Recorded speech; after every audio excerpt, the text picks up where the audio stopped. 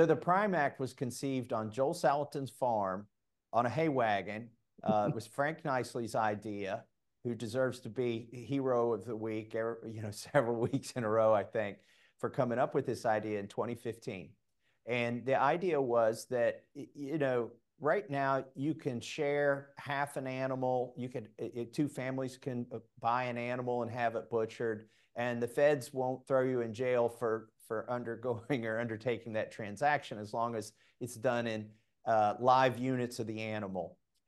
So the Prime Act just says, you know what? We're going to let you sell meat by the cut. You don't have to buy a whole animal or half an animal. And you don't have to comply with this oppressive federal inspection regime as long as you're in compliance with your state rules and you keep the transaction within a state.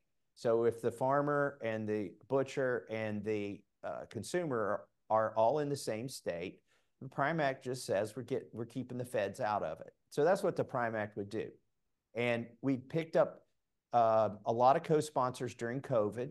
Typically, I used to have about 25 co-sponsors. Then we got 50 co-sponsors when COVID struck because we saw that there really is a crisis in this country, a lack of processing capability. Our food supply is very brittle. And so that was a big shot in the arm. And then we heard President Biden acknowledge this problem in a State of the Union address one year.